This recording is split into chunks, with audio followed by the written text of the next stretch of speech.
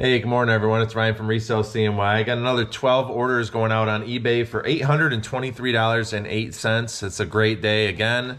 There's Paul. How's it going, guys? He's fresh off of chemo yesterday, still getting it right now. Here it is. Goes into me slowly over 48 hours after I leave there. Dude, don't bring it unless you have enough to share, man. Oh, sorry. But he's actually seems like he has pretty good energy. But he said, "What did you say? You're just gonna stick around for a couple hours?" Yeah, And I'm just gonna help ship. he said he got home at like 4:30 and slept till this morning, and then which is great because that's when he feels the shittiest. And you'll probably do the same thing today. He said. Yeah, I'll probably go to at least take a nap for a few hours and maybe wake up this afternoon. Yeah, but he still comes over and helps me. So let that be some inspiration for some of you. $800+ day. We have a big auction item that went from a recent buy. So that was exciting. We also, it's Tuesday, so we got a payout. We got a payout of $2,868.09 for last week. We had a great weekend to finish off the week. Here's a picture real quick of the packages all packed up. I think it was like over $1,700. Trying to upload that video right now. And then I just happened to see our 90-day total too was $44,568. So it seems like we've been between $42,000 and $44,000 for a good probably 4 or 5 months now. What do you say? Yeah, right around. It was about the lowest at like 42, 41, something like that. So we've been cruising along kind of even keel. The reason I'm pointing out those numbers and stuff is we got a viewer question that we're going to tackle a little bit later, just about our day-to-day routine and stuff. And I want to show you how consistent we're trying to at least be on eBay and inside the shop here. First, we're going to pull some orders. Paul, we got to go to BB. We have a Norman Rockwell going out. I don't even have to go on a ladder. Where is it? Oh, that one right there. The first prom. Yep. The first prom by Norman Rockwell. This one just sold on offer. Ryan must have sent it $8 plus shipping on these. Yep. $8. We got a couple ornaments we'll get to here in a little bit. Next thing though is right over on bookshelf. We sold a lot of these books in quantities of 2. However, there was an odd number of this one. So I just sold this individually. This sold for $6 plus shipping. This was also an offer I just sent this morning.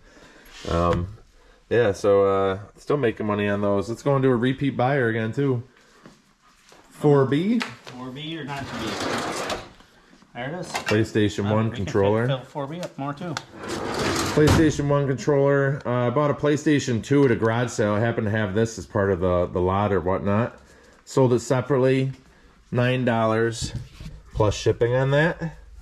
And we have an ornament here. It's going to be this Peanuts one, 1977. This sold for $11.39 plus shipping.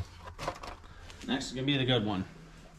Yeah, so we got this in the Baker buy where we spent $635 on a whole bunch of stuff.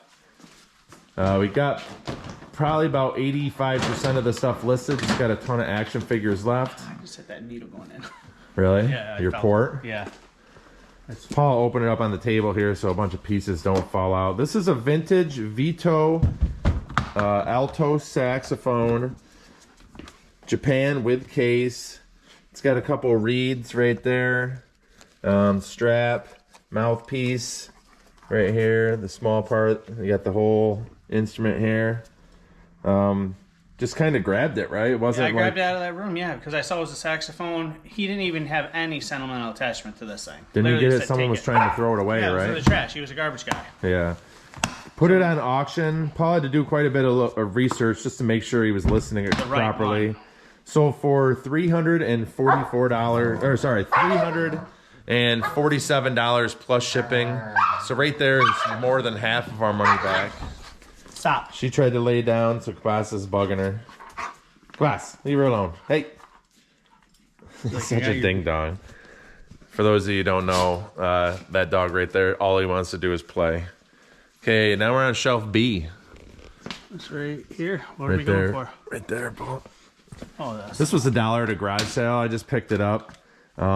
It's a cork gun.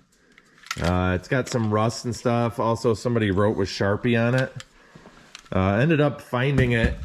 It was kind of hard to find because you could barely see the markings on the top of the barrel. So for those of you who see stuff like this, pay attention on the top of the barrel. That's where they like, or the side of it at least. That's where they like to mark it a lot.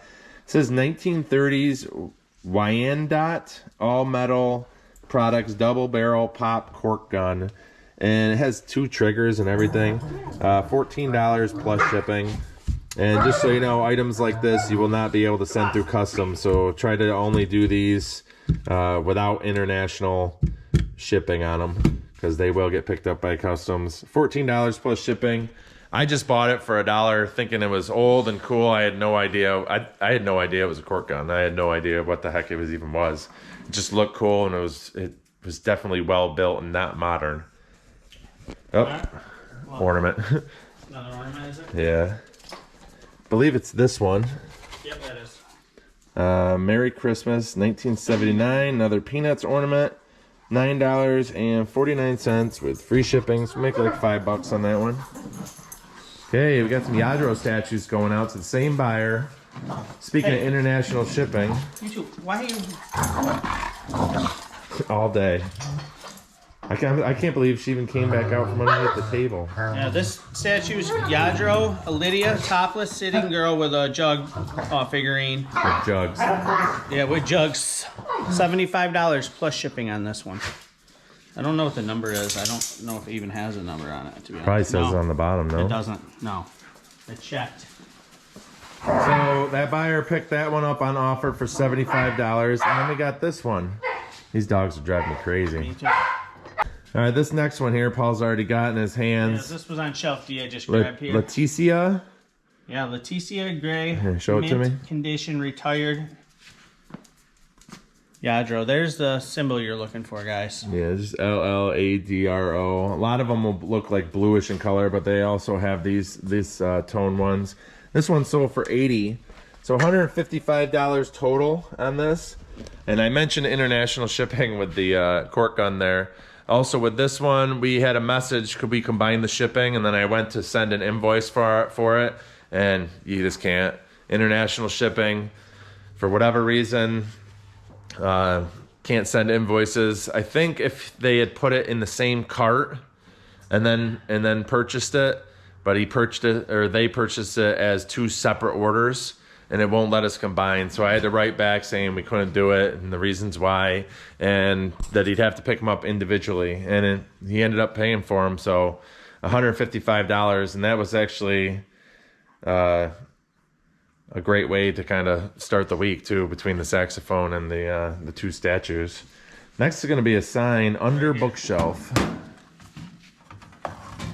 This came from the Math Buy. Yep. Tomorrow I've got to get my shit together. Okay. $9.50 plus shipping on that sign. Kind of funny, we had all these signs, and we had this one going out today. Yesterday I sold that one with the broke off one. Okay, ornament again. 2 in a row. Smurf one, right? That's left. Okay, you got the Smurf ornament here. This one right here sold for $9.49 with free shipping. So again, we'll make like $5 on that one. And then we're gonna finish off with this Season's Greetings 1977 ornament, $9.49 free shipping. So again, we'll make like $5. So that's it. Ornaments have been moving this weekend. Sales, I had like a dozen of them just in one day. Another 4. Couple nice statues, some filler ones, and then that awesome sale right there. It really helped jumpstart the week. It's always nice when you have auctions ending in the next week. You know you're going to get off to a good start, especially when they're already picking up bids and stuff. Let's get all this stuff shipped. I'll come back with a viewer question. Yeah. All right, we're back real quick. Got everything shipped right there. Not too much stuff. Happy. Where's the big one? Oh, right there's the trumpet or saxophone. I've been calling a trumpet since day one too. Right. Yeah. All right, so we have a viewer question. I just wanted to answer this just because our setup here is a little bit unique, just based on Paul's circumstances or whatever. So I kind of wanted to handle it. We have a nice question from Donna. I'll put it up right here. She writes a bunch of nice stuff, complimenting us and stuff. So that's always good to hear. That's why she's our favorite. But the shop is huge and well organized. How long do you spend daily at your shop? She also asked, do you buy many glass items? The glass items part I handled more in the comments of YouTube, but I wanted to focus on the question, how long do you spend daily at your shop? And what I would start answering that with is that here we have kind of like an A week and a B week.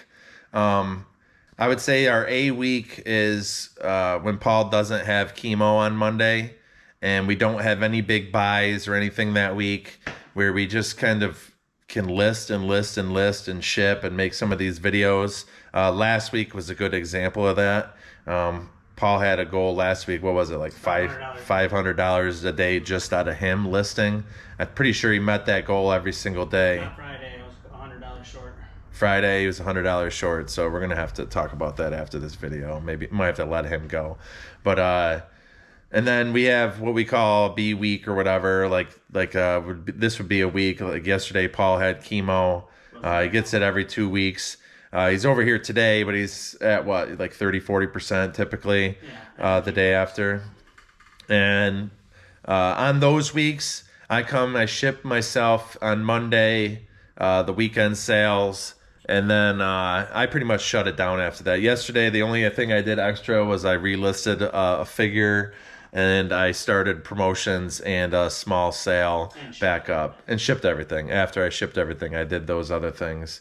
But that would be, and also we're extremely flexible. So I'm telling you kind of a rigid week A, week B, but we're super flexible too. I don't know if, Paul, you want to talk about more like the flexibility aspect of it or anything else you want to say? I would have to go on and continue on to what Ryan was saying with an A week and a B week. B week being this week, I'm doing chemo. I did chemo yesterday. Ryan handles all the weekend shipping. It's a bunch of stuff. I feel horrible that I'm sitting there doing chemo and he's doing this. And you should. But B week, I feel like 30-40% like energy wise. I don't feel like puking or anything. I just feel like you got a cold and you just want to lay down. That's what it feels like.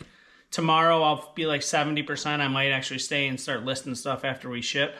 And then by Thursday, I'm usually pretty good by Thursday. I'm here for most of the day. Yeah. And Friday, we'll probably go garage sale. We usually used to try to go garage sale. The garage sales are kind of shutting down because it's getting later in the fall here. But we'll probably just list on a Friday if we don't find many garage sales around us or find a private pick somewhere. But I'm pretty good B weeks.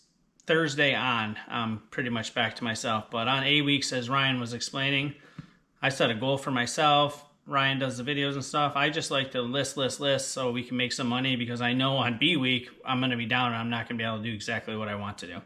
Other than that, with our flexibility, as Ryan was touching on, this job, the only thing with this job is to remain a top-rated seller, is to ship everything out the next day that sells the day prior, like within 24 hours. Everything else is super flexible. Everything else, we could literally leave right after that was shipped and wouldn't have to do anything. The only thing we're missing out on is listing and making more money.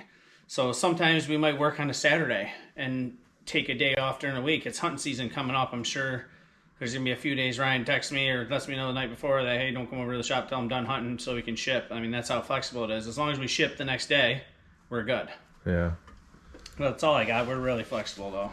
Yeah, and a part of that flexibility is being able to go, we get a call from someone, hey, can you come over Thursday? We got a bunch of stuff you want to look at. Thursday, we end up doing a buy or something. We're listing a lot less that day. So basically, I would say we work with a week and a B week, and then we work with like a law of averages. So like we're going to list a ton one day. The next day or the next couple days, we're going to have to ship more because we listed a bunch the day before. So we're going to get less listing done. And then it's so up and down that you just kind of got to, as long as you're somewhat consistent and you just work on averages and stuff, we tend to be pretty good. And then typically I was going to go into I don't know if you wanted to talk about it, but I was just going to go like a daily, what time we get in. Yeah, that's what I was going to talk about. Okay, so I'll go to Paul now. Typically our daily routine, and we're talking about all this stuff, but I'm trying to give you a basis of our daily routine. If it was a full work day here for both of us, Ryan tends to get out here about 7:30, I would think, 7:40 around there. I get my daughter on the bus at the end of my driveway at 7:50 pretty much every day. And I do hit the Dunkin' Donuts. I'm usually here by 8:15. Ryan's on a diet now for this week, so he stays and eats lunch here. I usually take off and grab a lunch, usually less than an hour right here in town, and come back. I usually work till about 3 o'clock now that my daughter's in school. Yeah, 2:30, 3 o'clock is when I'm out of here, and I'm tapped out from listing, honestly. I just don't feel like doing it anymore. And then Ryan usually takes off when I take off. Is there anything you want to add to that? No, that's pretty much the daily routine. And then when we're in here, first thing I do is I write all the numbers down in the books when I'm here early. I do that. I kind of get everything prepped. I clear out the memory cards for the video stuff. You know, sometimes we get here, if we only have like 8 or 9 sales, I'll start editing the video from the day before. Paul will list a few things, hoping another sale or two comes through.